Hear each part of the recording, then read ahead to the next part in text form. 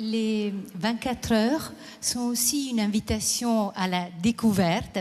Ainsi, dans une institution toute proche du Louvre, l'École nationale des beaux-arts, pour ceux qui ne la connaissent pas, je vous invite à aller visiter la chapelle, un endroit incroyable où sont réunis plusieurs moulages d'œuvres de Michel-Ange, des tombeaux de Médicis à la Pietà, donc des grandes œuvres, et d'autres encore, et aussi une copie grandeur nature par Xavier Sigalon de la fresque du jugement dernier de la Sixtine.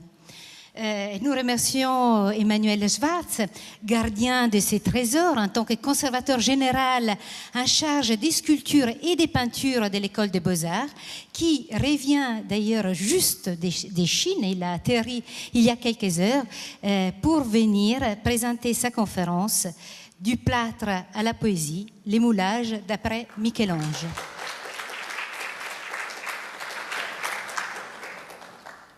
Merci. Enfin, visiter l'école des Beaux-Arts, ça n'est pas si simple, hein, je vous préviens.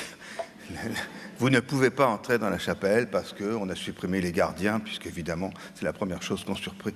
Enfin, en passant par moi, on peut y arriver, mais c'est pas simple, et surtout qu'elle est souvent occupée par des utilisations nobles, comme des cocktails du ministre, des choses comme ça. Et donc, c'est beaucoup plus important, vous comprenez, que tout cela. Mesdames, Messieurs, alors, attendez, on a mis ça, c'est bon, oui. Le Louvre offre 2 journées et un amphithéâtre à Michel-Ange et à vous. C'est bien le moins quand on possède 2 des plus célèbres sculptures du maître et tant de dessins.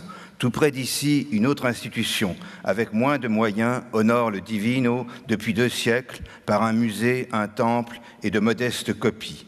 À défaut d'atteindre la grandeur originale de Michel-Ange, on me demande de présenter la collection des moulages d'après Michel-Ange de l'École des Beaux-Arts. Voilà, voici une image. Alors, je mets beaucoup d'images anciennes, je vous expliquerai pourquoi tout à l'heure. Lorsque l'on est assez riche pour posséder des originaux, l'on laisse les pauvres se consoler avec des faux. Et pourtant, les moulages en plâtre de sculptures célèbres en marbre acquièrent parfois une signification que les originaux dont ils sont tirés ignorent. Pendant plus d'1 siècle, en France, quelques moulages d'après Michel-Ange imposèrent des modèles artistiques, moraux, politiques, littéraires et philosophiques. Il fallut pour arriver à ce résultat paradoxal, outre une présentation spectaculaire, donc la voilà donc à une date début du XXe siècle, avec d'anciennes photographies, une longue préparation historique et poétique. Quelques points d'histoire. Remontons le temps. Michel-Ange eut de son vivant en France des admirateurs royaux.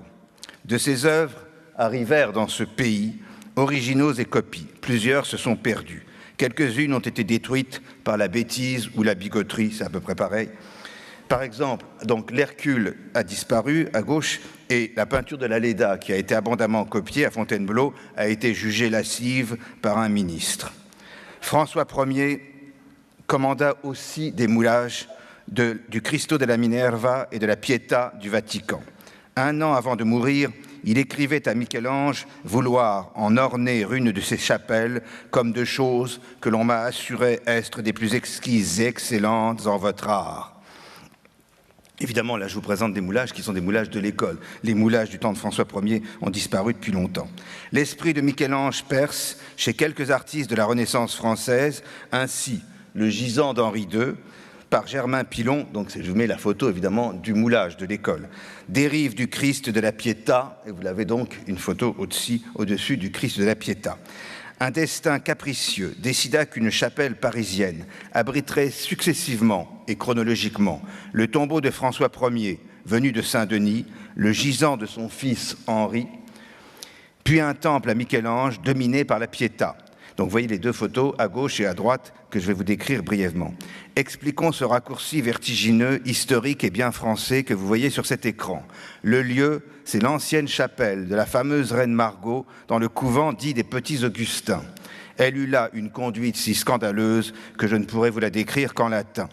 À la Révolution, le couvent, c'est tout à fait historique, hein. Vous avez le couvent fondé par la reine Margot, la reine Marguerite de Navarre, avec l'argent de son divorce, car en pays catholique, quand on divorce, ça rapporte gros, bien entendu. Et donc, avec l'argent de son divorce, il y a eu le couvent, et qui est en gros l'emplacement de l'école des beaux-arts actuelle, mais à la suite d'événements historiques complexes que, évidemment, je ne peux pas vous détailler ici. À la Révolution, le couvent accueillit un musée athée, jacobin, anticlérical, auquel le Louvre a rendu hommage il y a 3 ans. C'est-à-dire, c'était l'exposition qui s'intitulait « Un musée révolutionnaire, le musée des monuments français ». Alors attention, le musée des monuments français, le vrai, c'était celui-là qui ne survécut pas à la Révolution. Il se trouvait dans le faubourg Saint-Germain, dans l'église déchristianisée des Petits Augustins. Son souvenir et quelques vestiges en subsistent dans l'école des Beaux-Arts. Ne confondez pas avec le musée d'émoulage, lui aussi, au Palais de Chaillot, qui n'est lui aussi qu'une copie, avec le nom du musée de la Révolution française, en hommage au musée de la Révolution française. Durant 15 ans, donc, là-bas, se dressa le mausolée de François Ier. Donc, vous le voyez à gauche de l'écran, il était là, disons en gros, de 1790 jusqu'à 1817, au retour des Bourbons.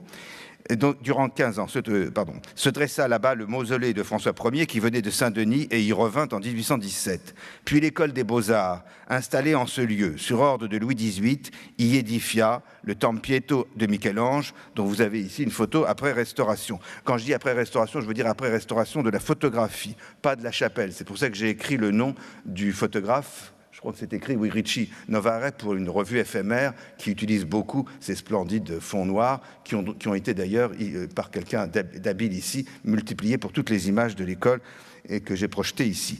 Donc, restauration de la photographie, voilà l'état tel que n'est pas la chapelle de l'école des Beaux-Arts actuellement, quand elle a été bien nettoyée, etc. Et alors qu'actuellement, il faut bien dire qu'elle est dans un triste état qui ne peut qu'empirer, car tout va pour le mieux dans le meilleur des mondes. Pour restaurer la chapelle, et pas seulement sa photographie, on me dit de trouver 5 misérables millions. Je les demande à tout le monde pour l'amour de Michel-Ange. J'ai fait mon devoir aujourd'hui à ce propos. J'en viens au reste à Michel-Ange lui-même.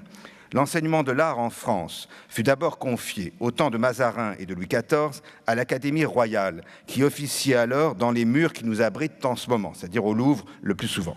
Presque aussitôt, elle rassembla une collection de plâtres que les élèves devaient dessiner et copier. Michel-Ange n'y était pas le bienvenu. L'un des inspirateurs de l'enseignement, Roland Fréard de Chambray, maître borné et dévot, gardait tout doucement une haine irréconciliable à ce fanfaron, impie, faux chrétien, libertin, c'était comme ça qu'on l'on qualifiait Michel-Ange à l'époque, qui avait l'audace de montrer Dieu et ses saints nus, nus comme Ève à son premier péché, nus comme la main, nus comme un mur d'église, nus comme le discours d'un académicien. C'est une citation de Musset que vous reconnaissez, Musset qui a fréquenté cette école avec beaucoup d'autres dont je vais vous citer le nom. Mais malheureusement, Musset n'a rien écrit sur les moulages de Michel-Ange. Fréard exprima sa détestation par une formule frappante. De Raphaël et Michel-Ange, on pourrait dire en vérité que l'un est le bon et l'autre le mauvais ange de la peinture. Notez que même les cuistres savaient écrire en ces temps lointains et révolus. Un seul talent était reconnu à Michel-Ange, dont on vient de vous parler, je crois, l'anatomie, mais avec une certaine dureté affectée dans sa manière de desseigner, écrivait Fréard de Chambray. Il affectait de charger trop les muscles de ses figures et d'en outrer les attitudes. On lui attribua ces statuettes décorchées aux muscles saillants et aux extravagantes contorsions, seul modèle dit de Michel-Ange proposés aux élèves jusqu'à la Révolution. Ça, c'est un surmoulage du XIXe siècle, on en a beaucoup à l'école des Beaux-Arts. Les révolutions donnèrent à Michel-Ange une seconde chance française. Elles convergèrent vers le même lieu où se trouve maintenant l'école des Beaux-Arts de Paris, héritière de l'Académie royale et héritière du musée des monuments français, et vers un seul genre, jugé mineur partout, sauf ici et aujourd'hui, le moulage. Donc ici, vous avez sur la scène quelques moulages de l'école des Beaux-Arts, ou bien directement derrière moi, un moulage donc, qui est du même modèle que ceux de l'École des Beaux-Arts, de la Réunion des musées nationaux, qui est l'héritière de l'atelier de moulage du Louvre. Donc on vous les a exposés ici. De toute façon, on n'aurait jamais voulu apporter les originaux pour plusieurs raisons, en particulier parce que le sol ne s'effondrerait sous le marbre, le plâtre a l'avantage d'être plus léger. Nous sommes au Louvre. Toute l'affaire part des esclaves Strozzi. Donc voici les moulages de l'école, ceux qui sont exposés dans la chapelle, celui que vous avez là-bas, on en a plusieurs exemplaires, les dates de ces exemplaires sont difficiles à situer, ceux-là sont assez tardifs, 1869, mais les modèles sont de 1817. Les esclaves Strozzi, dont l'histoire vient de vous être évoquée, je crois, ils étaient restés dans la collection privée des Richelieu. Un individu seul, Alexandre Lenoir, donc, qui est le conservateur du musée des monuments français et qui donc vint 2 siècles avant moi sauver les œuvres menacées par la Révolution française. Un individu seul, Alexandre Lenoir, les sauva de la destruction en 1793 pour les verser au musée des monuments français. Donc précisément là où se trouve l'école d'aujourd'hui et là où se trouve encore la chapelle dont je vous parle longuement. Vous connaissez leur nom français, le captif rebelle, le captif mourant. La prison, la révolte et la mort, c'était la prise de la Bastille en 2 œuvres. C'est une des raisons pour lesquelles on pouvait sauver de telles œuvres, c'était de dire qu'ils avaient une signification révolutionnaire. Sinon, n'est-ce pas, en tant que propriété de familles aristocratiques ou de l'Église, ils auraient été détruits. Au milieu des tombeaux des rois déchus, vous avez vu tout à l'heure Henri II et François Ier, le conservateur Alexandre Lenoir recueillit ces 2 morceaux, uniques en France, qui portent avec eux l'idée du sublime et du terrible. Alors c'était des mots à la mode, sublime, vous trouvez ça chez Stendhal toutes les 10 pages, terrible plutôt chez Victor Hugo, ce sont des termes qui maintenant paraissent vidés de sens, mais qui évidemment ont accompagné la naissance du romantisme, qui vient donc largement de la redécouverte de Michel-Ange. Le Louvre les exigea très vite. Le Louvre s'appelait alors le Muséum, mais avait déjà une autorité redoutable. Bon, le Louvre était à l'époque évidemment un musée essentiellement d'œuvres italiennes et d'œuvres antiques, mais Michel-Ange était mal vu, il ne les a pas tout de suite demandés. Ça a dû prendre 6 mois. Même les conservateurs du Louvre se sont rendus compte que Lenoir avait visé très gros en prenant les marbres de Michel-Ange. Donc le Louvre les exigea très vite. Je doute qu'il ne rende jamais ses statues. Il n'est pas facile de reprendre au Louvre une œuvre, même quand elle ne lui appartient pas. Déjà pourtant, ça je sais d'expérience, déjà pourtant, Michel-Ange était plus honoré sur la rive gauche que sur la rive droite, puisqu'il fut le seul étranger accepté dans le musée des monuments français. Comme c'était le musée des monuments français, il s'agissait de faire un musée nationaliste, donc on avait mis Winkelmann, parce que Winkelmann inspirait la construction du musée des monuments français, mais le seul étranger, artiste étranger, c'était Michel-Ange qui a été accepté, admis dans le musée des monuments français, et là encore, ce buste de Guillaume Boichot, il y a un marbre au Louvre, et à l'école des Beaux-Arts, une terre cuite, qui d'ailleurs, à mon avis, ressemble à quelque chose de plus michelangélien que le marbre. Enfin, c'est une autre histoire. Le parfum sulfureux de ce musée sacrilège, jacobin, fermé par les Bourbons, demeura à l'école des Beaux-Arts qui lui succéda dans le couvent maudit des Petits Augustins. Quant aux esclaves, ils furent, donc dès la fermeture du musée, ils furent les premiers moulages modernes produits par l'atelier du Louvre dès 1817. Et ils furent exposés en plâtre dans l'école et ils le sont aujourd'hui dans cette salle.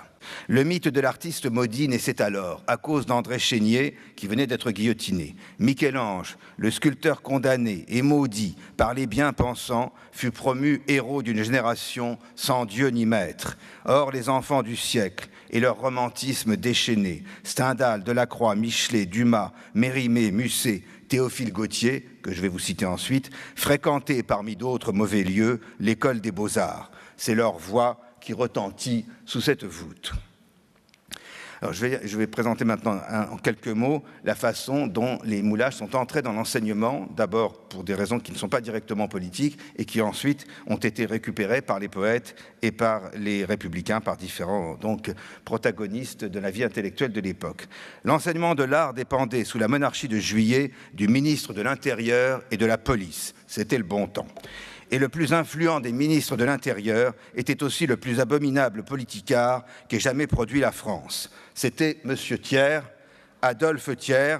Alors je fais toujours un sort à Thiers, dit crapaud venimeux, dit César en raccourci, dit petit Jean Foutre, dit croque-mort de la nation, dit polichinelle tricolore, dit taupe à lunettes, dit enfin Adolphe le Petit, car au paradoxe français, c'est notre petit Adolphe à nous qui édifia le temple aux généreux républicains qu'avait été Michel-Ange. Vous aurez, je crois, après une conférence sur les engagements républicains de Michel-Ange.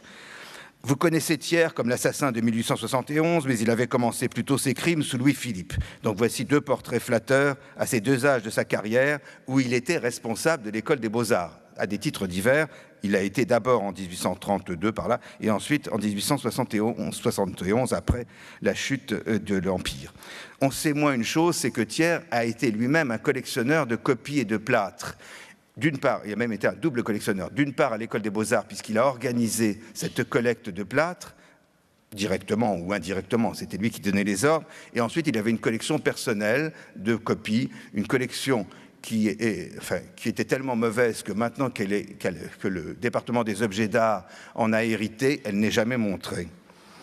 Enfin, je crois, hein, vous demanderez aux objets d'art, mais c'est effectivement, il avait un goût épouvantable, mais politiquement, c'était naturellement un maître. Thiers fit nommer un nouveau conservateur.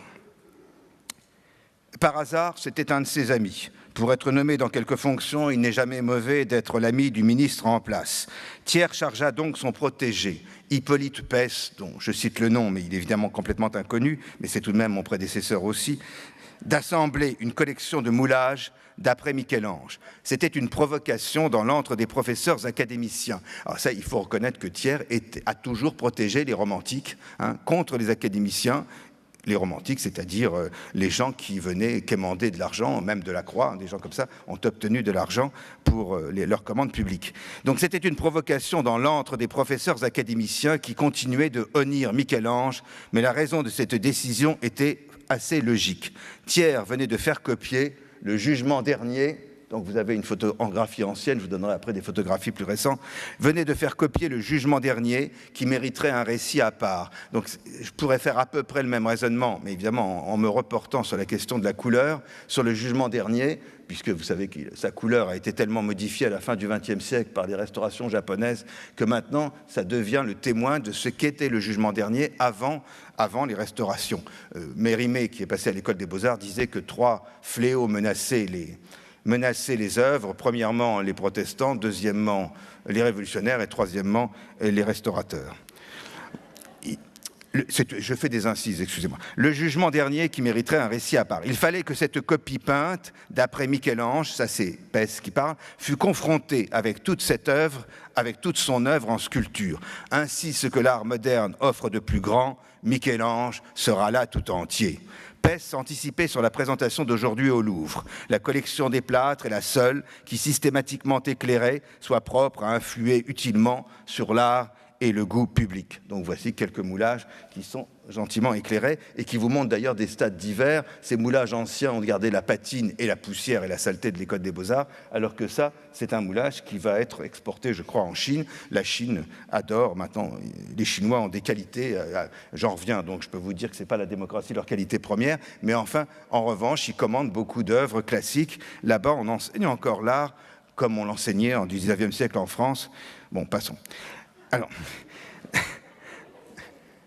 je ne vous dis pas que ça fait des chefs-d'œuvre, mais enfin, c'est émouvant quand on débarque avec une exposition. Les Beaux-Arts, ça signifie quelque chose. Les moulages d'Antique ou de Michel-Ange, ça s'achète en Chine, bon, et en Chine presque uniquement. On trouve encore des collections de moulages un peu partout, dans les académies privées, aux États-Unis, en Russie, à Saint-Pétersbourg, mais enfin, c'est en Chine qu'on en est.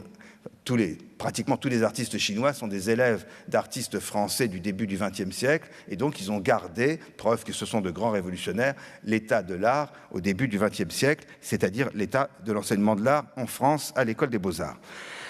La chapelle de Margaux fut donc reconsacrée à l'artiste anathémisé par les catholiques, tandis que l'architecte de l'école évoquait la Sixtine par la balustrade à l'entrée de l'église exécrée. Je vous expliquerai le plan exact. Là, c'est l'entrée de l'église, la chapelle de Michel-Ange est à droite, et au fond, vous entrevoyez le jugement dernier.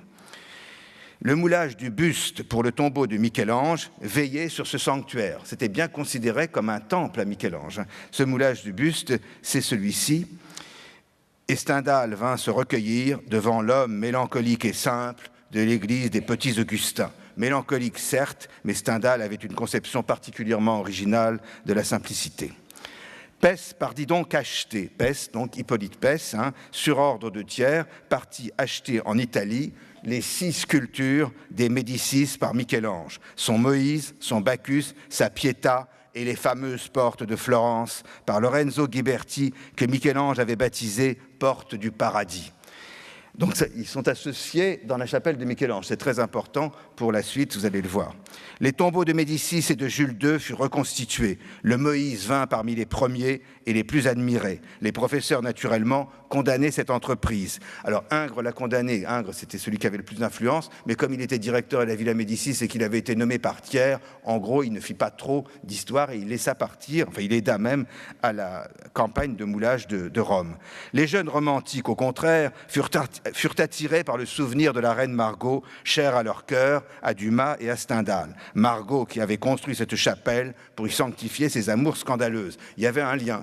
Après la reine Margot qui était considérée comme un scandale, on mettait Michel-Ange qui était considéré comme une provocation. Alors, un Anglais, donc voici le Moïse en détail et à côté une piéta. Un Anglais, étudiant en art excentrique, William Macpeth Thackeray, en 1839, fit ses réflexions. Il visita la chapelle et il fit ses réflexions sur l'école française, accompagnées d'anecdotes, d'illustrations et de considérations philosophiques. Dans cette même école des beaux-arts, où abondent tant de pâles imitations de l'antique, M. Thiers, qu'il en soit remercié, a fait placer de nombreux moulages des statues dues à cette main géniale. Et voici le Moïse, la plus grandiose figure jamais sculptée dans la pierre. Il est empreint d'une sorte de majesté terrible, s'il est permis de s'exprimer ainsi. À l'examiner, le spectateur éprouve quelque chose qui ressemble à de la souffrance. Je n'aimerais pas me trouver seul dans une pièce avec le Moïse. Comment l'artiste put-il vivre parmi ces créatures? Comment supporta-t-il le douloureux travail de leur enfantement? On l'imagine tel s'émêler, tendant ses regards aveuglés vers ces visions formidables. On ne peut l'imaginer à notre image avec nos petites capacités et faiblesses humaines. La suite est réjouissante. Quant à l'école royale des beaux-arts et à ce que les étudiants ont pu y faire de bien, cela frôle le zéro absolu, etc. etc. Bon, les Anglais apprécient toujours l'art français, et c'est réciproque d'ailleurs. Dans le fond, sinon dans la forme, c'est à peu près ce que 10 ans plus tôt, Alfred de Vigny faisait dire dans les Destinées à son Moïse, lui aussi commentaire de Michel-Ange. Le poème est assez long, il finit par les 2 vers les plus célèbres de la langue française, enfin avec quelques milliers d'autres bien sûr. Alors c'est Moïse qui parle, je vous lis les 10 derniers vers, qui évidemment ne pouvaient pas être inspirés par le moulage, mais par le marbre. Mais c'est intéressant de voir que la même idée vient à celui qui regarde un moulage et celui qui regarde un marbre. J'ai marché devant tous, triste et seul dans ma gloire, et j'ai dit dans mon cœur que vouloir à présent. Pour dormir sur un sein, mon front est trop pesant. Ma main laisse l'effroi sur la main qu'elle touche. L'orage est dans ma voix, l'éclair est sur ma bouche. Aussi, loin de m'aimer, voilà qu'ils tremblent tous. Et quand j'ouvre les bras, on tombe à mes genoux. Et voilà les 2 vers. Ô Seigneur, j'ai vécu puissante et solitaire. Laissez-moi m'endormir du sommeil de la terre. 2 digressions ici. Sacré, qui vous a fait au moins sourire, est le plus spirituel romancier du XIXe siècle, plus plaisant même que Dickens. Or, parmi les échecs de l'enseignement français, vous mettrez celui-ci. Nul n'a jamais réussi à faire lire en France ses romans, pourtant impayables, La Foire aux Vanités, et même Barry Lyndon, qui a inspiré un film fameux. Consolation, les Français de 2018 ne lisent pas davantage Alfred de Vigny. Il n'empêche, le Moïse, marbre ou plâtre, aura donc inspiré presque simultanément les vers chrétiens et stoïciens de Vigny et les sarcasmes de Sacré. Du marbre au plâtre, l'on navigue entre l'insolence et la bondieuserie, enfin disons la piété, la foi, si vous préférez. Michel-Ange apparut donc terrible et redoutable à quelques élèves croyants. Commençons par le plus célèbre, Jean-Baptiste Carpeaux, le sculpteur de l'opéra, dans le sanctuaire profane. Alors je vais citer vraiment une scène racontée par Carpeaux et écrite de sa main. Jean-Baptiste Carpeaux obligea sa fiancée à s'agenouiller, non devant le Moïse, mais devant cette Madone Médicis en plâtre. Il rapporta ce sacrilège en termes dégoulinants de bigoterie. « Notre prière à sa belle Vierge m'a donné l'assurance que tous nos vœux seront accomplis. Pour premier vœu à la mère de notre Sauveur, Carpeaux attendait un miracle, que le divin Michel-Ange transmit une parcelle, tout ça est entre guillemets, de son noble et sublime génie à sa fiancée, la demoiselle Amélie de Montfort. Amélie resta ce qu'elle était, la fille d'un marquis, c'est tout dire, encore pire d'un général, mais Carpeaux conçut à Paris et en Italie son personnage d'Ugolin, le tyran de Dante, qui mange d'abord ses enfants, puis la chair plus coriace d'un archevêque. En s'inspirant de Laurent de Médicis, le Penseroso. Donc ça a bien été conçu à l'École des Beaux-Arts, puis à Rome, et ensuite l'ancien élève, puisqu'il était élève à Rome à ce moment-là, mit un point d'honneur à présenter un modèle d'Ugolin en plâtre dans l'église. Les professeurs se firent un devoir de l'éreinter. L'on avait accusé, avant la Révolution, Michel-Ange d'impiété, parce qu'il montrait Dieu, ses saints et ses saintes nues à la façon grecque. Les adorateurs de Michel-Ange abordaient la même question du paganisme qu'avant la Grande Révolution, mais les réponses en étaient inversées. Le paganisme, dans cette génération athée, valait désormais titre de noblesse artistique. Théophile Gautier, le poète impeccable, affirma: Michel-Ange passe en général pour austèrement catholique. Rien n'est plus faux. L'illustre rival de Raphaël est un artiste païen. Jules Michelet, figure familière des lieux. Michelet était élevé à 2 pas de l'école et ensuite il l'a fréquenté souvent. Michelet, la voix de l'histoire de France, l'esprit de la Révolution, le verbe de Danton mit les moulages de Michel-Ange très haut au-dessus des dieux. Tout le monde a pu voir, à Paris, École des Beaux-Arts, les sublimes figures du jour et de la nuit, du crépuscule et de l'aurore. La nuit roule en son rêve une mer de honte et de misère, mais l'aurore, c'est bien pis. On sent qu'elle maudit son réveil et qu'elle a à la bouche un dégoût si amer, un fiel si déplaisant qu'elle voudrait n'être jamais née. Grand souffle et grand esprit, quel air libre circule ici, hors de toute limite de nation, de temps, de religion. Tout l'Ancien Testament y est, et ceci le déborde du christianisme, nul signe. Voilà comme on écrivait sous les plâtres de Michel-Ange au temps de Louis-Philippe, le roi Poire, qui n'écrivait pas exactement de la même façon, mais enfin voilà comment on a écrit. À chaque fois ils disent bien, c'est devant les plâtres de Michel-Ange. Alexandre Dumas fit de même. Il s'adressait au buste en plâtre de Brutus. Alors à l'École des Beaux-Arts, on décapite beaucoup. Donc le buste en plâtre de Brutus, je ne l'ai jamais retrouvé. J'ai au moins retrouvé celui de David en photo seulement. Je n'ai jamais trouvé. Tout ça a été détruit par la bêtise des temps et des élèves et des profs. Je ne sais pas. Mais enfin, il y en a beaucoup qui sont perdus, mais il en reste encore beaucoup. Alexandre Dumas s'adressait au buste en plâtre de Brutus, le tyrannicide et le meurtrier de Jules César, comme à Lorenzaccio ou à Garibaldi. Michel-Ange a l'âme de Brutus et l'âme de l'Italie est dans Michel-Ange. Il naît républicain et meurt républicain, et pendant 60 ans de son existence, il est obligé de servir les princes et de flatter les papes. Dumas réécrivit la confrontation de Raphaël et de Michel-Ange devant leurs œuvres mises côte à côte, victoire romantique de la pensée libre et de la libre pensée sur la croyance, l'âme de l'Italie dans celui, c'est-à-dire Michel-Ange, qui du Raphaël chrétien et idéaliste fera un Raphaël matérialiste et païen. Un moulage de l'unique sculpture de Raphaël monte la garde à l'entrée de la chapelle de Michel-Ange. À propos du Jonas de Sainte-Marie du Peuple, un historien anglais eut une formule terrible qui nous fera méditer. Jonas est l'une des rares sculptures dans le monde dont les mérites véritables transparaissent plus clairement dans le moulage en plâtre que dans l'original. Alors c'est très méchant pour Raphaël, qui évidemment est un grand artiste en peinture, mais il faut bien dire que cette peinture, ce Jonas sans passion ni idéologie, monte la garde à l'entrée de la salle où les chefs-d'œuvre désespérés de Michel-Ange, dans la mutation de marbre en plâtre, posent leurs énigmes à tout homme qui pense. Ce n'est pas le cas de ce Jonas qui a été nettoyé d'ailleurs. L'artiste hors de l'histoire, donc. On attribua à Michel-Ange tout ce qui contredisait le pieux Raphaël. Donc l'Adonis mourant, vous l'avez ici donc en photo, et il est venu ici en réalité, c'est-à-dire en faux bien entendu.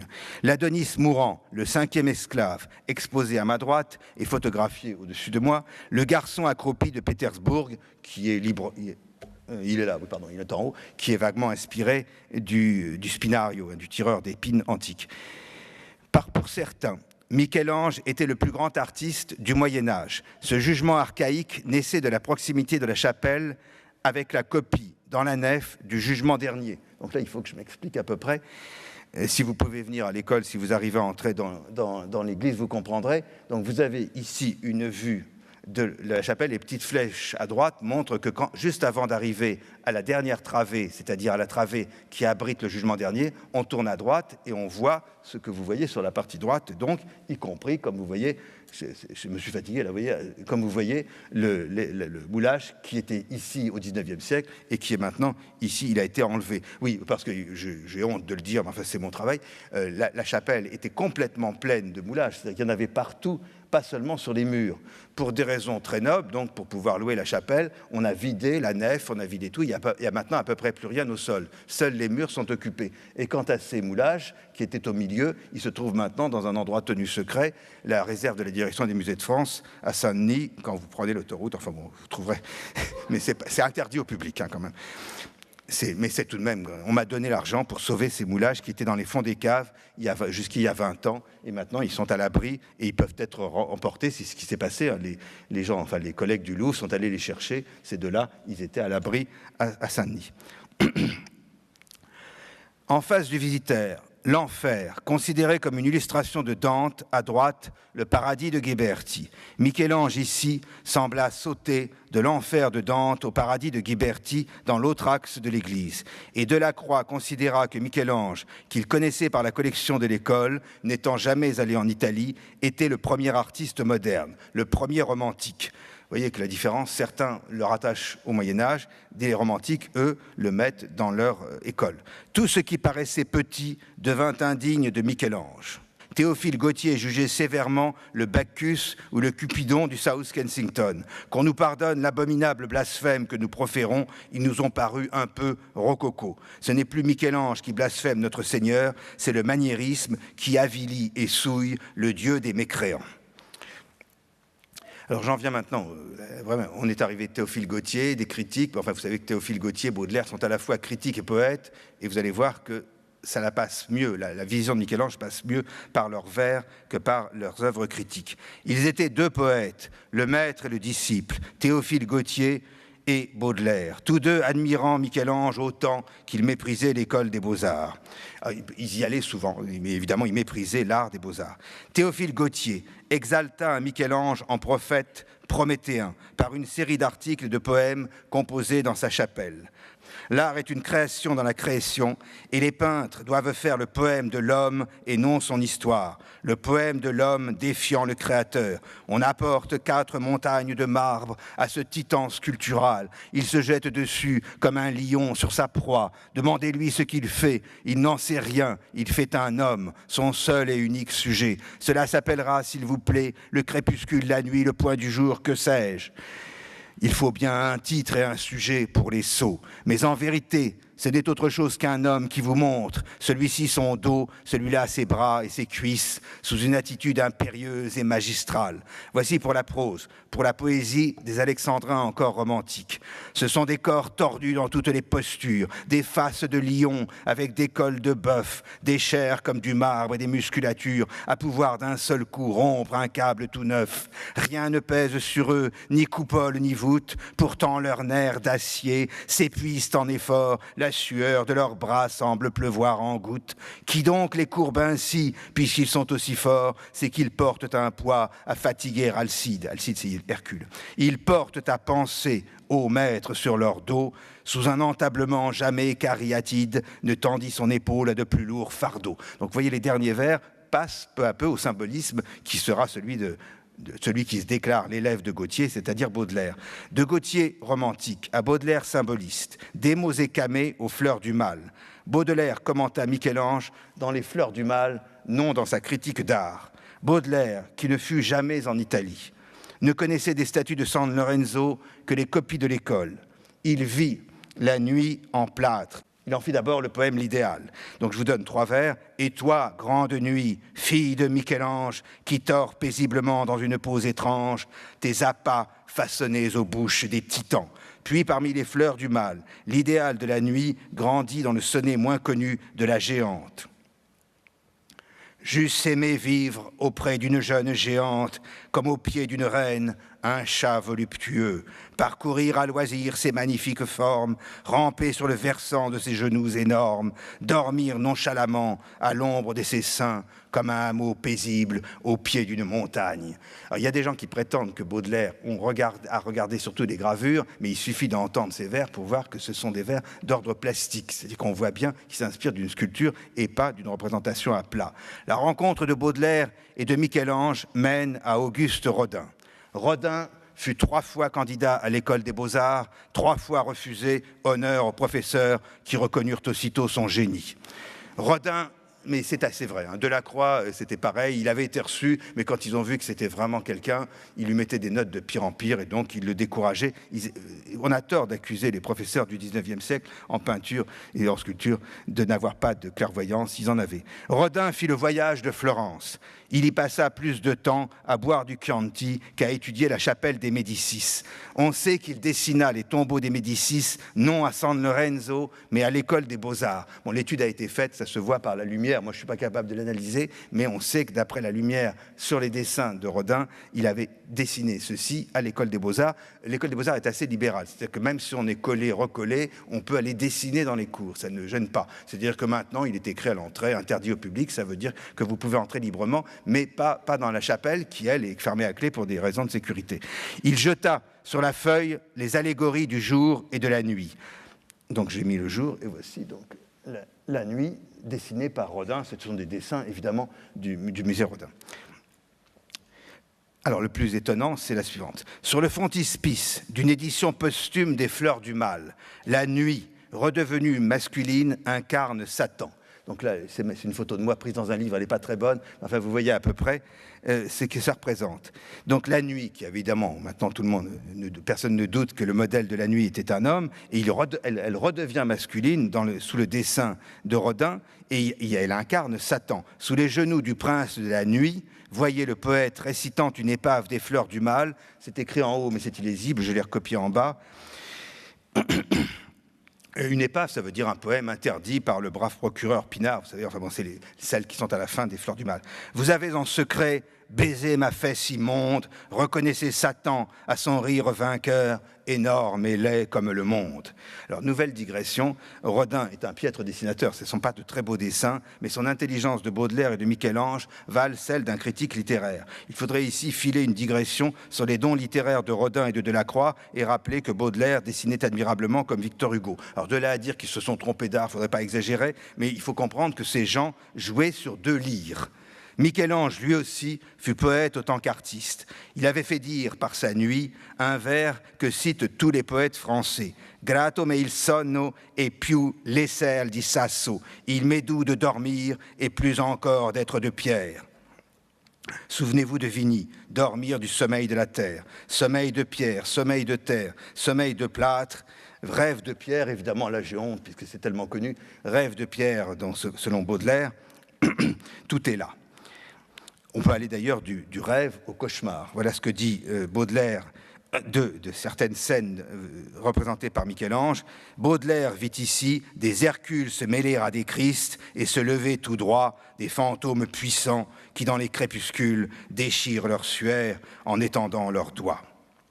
Alors, donc j'en viens à un autre sujet, c'est-à-dire comment va se régler la question du plâtre et du marbre, parce que quand même, enfin, n'importe qui maintenant, quand il voit du marbre, voit bien qu'il y a une qualité du marbre qui n'était pas du tout comprise au XIXe siècle. C'est-à-dire vraiment, on avait au Louvre exposé ensemble des moulages et des marbres. Le Louvre s'est débarrassé progressivement de ces moulages, généralement à l'école des Beaux-Arts d'ailleurs, mais il les a repris en partie maintenant, puisqu'à Versailles, il y a une collection de moulages qui appartient au Louvre.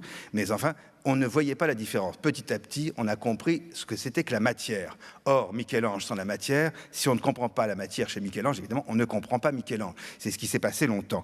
L'école des Beaux-Arts a été encombrée de professeurs désastreux, leur seule qualité ou excuse étant leur absentéisme. Elle eut aussi son Socrate, le meilleur professeur d'art français qui forma Matisse, Rouault, Marquet et tant d'autres.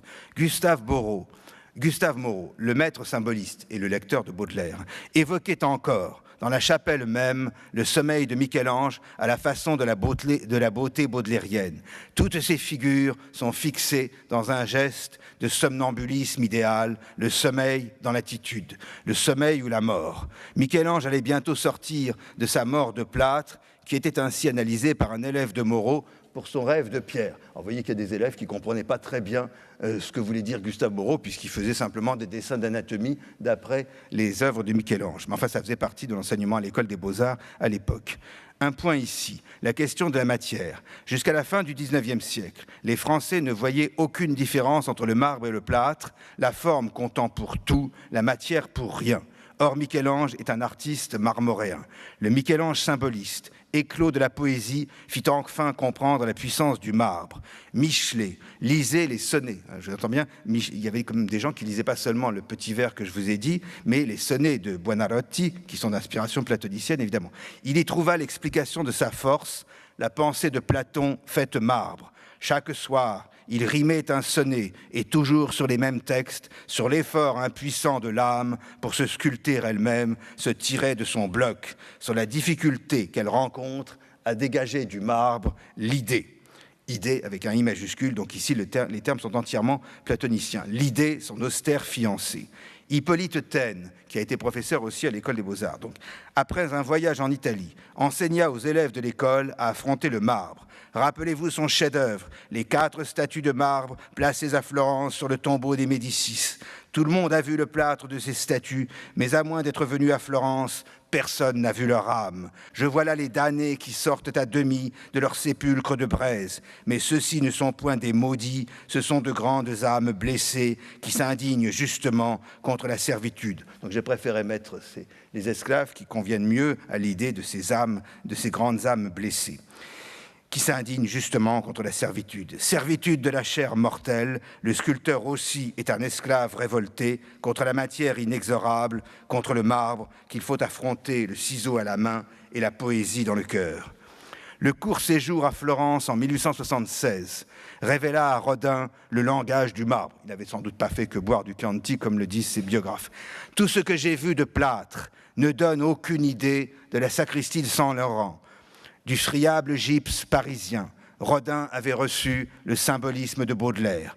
À Florence, dans le gradinet du marbre, qu'on vient de vous expliquer si vous étiez à la conférence précédente, il discerna l'âme humaine qui voudrait faire éclater la chape de son enveloppe corporelle afin de posséder la liberté sans limite. Rodin vint à l'école des Beaux-Arts pour voir sous la porte du paradis les souffrances de Michel-Ange. Il plaça sa porte de l'enfer sous le penseur. Rodin modela alors la divine poésie du plâtre et du marbre. Alors, il y a 2 questions qui se posent. C'est-à-dire que le Louvre dit tranquillement que les esclaves de Michel-Ange étaient au Louvre, évidemment, à l'époque, et qu'il y a une porte différente, la porte du Palazzo Stanga à Crémone, et que ce serait de cette influence-là, de cette association-là, que Rodin aurait tiré la porte de l'enfer. Seulement, porte de l'enfer, porte du paradis, vous aviez l'enfer au fond de la salle, donc vous aviez le jugement dernier au fond de la salle, et la porte du paradis qui avait été imposée à l'école, on la voit ici, la porte du paradis qui avait été imposée à l'école par Thiers, ça paraît tout de même plus convaincant, d'autant plus qu'on sait bien que Rodin est allé souvent dessiner à l'école des Beaux-Arts. À Paris, Taine et Rodin, le maître et l'élève rejetés, avaient habitué leur œil à la matité du plâtre. En Toscane, ils furent éblouis par l'éclat du marbre que la pensée du Créateur avait arraché à la falaise de Carrare. Ils quittèrent enfin la caverne michelangélienne de l'école des Beaux-Arts. Leur caverne à tous aura été, pendant un siècle, quelques mois ou quelques heures, cette chapelle. Ils y entrevirent, à travers son simulacre plâtreux, la beauté lumineuse et entreprirent de lui rendre ses clartés éternelles. Mais bien avant les sculpteurs, les poètes avaient fait chanter par nos Michel-Ange de plâtre les vers que vous avez entendus, tellement plus éloquents que notre pauvre voix et notre plume malhabile, lesquels vous remercient cependant de votre attention.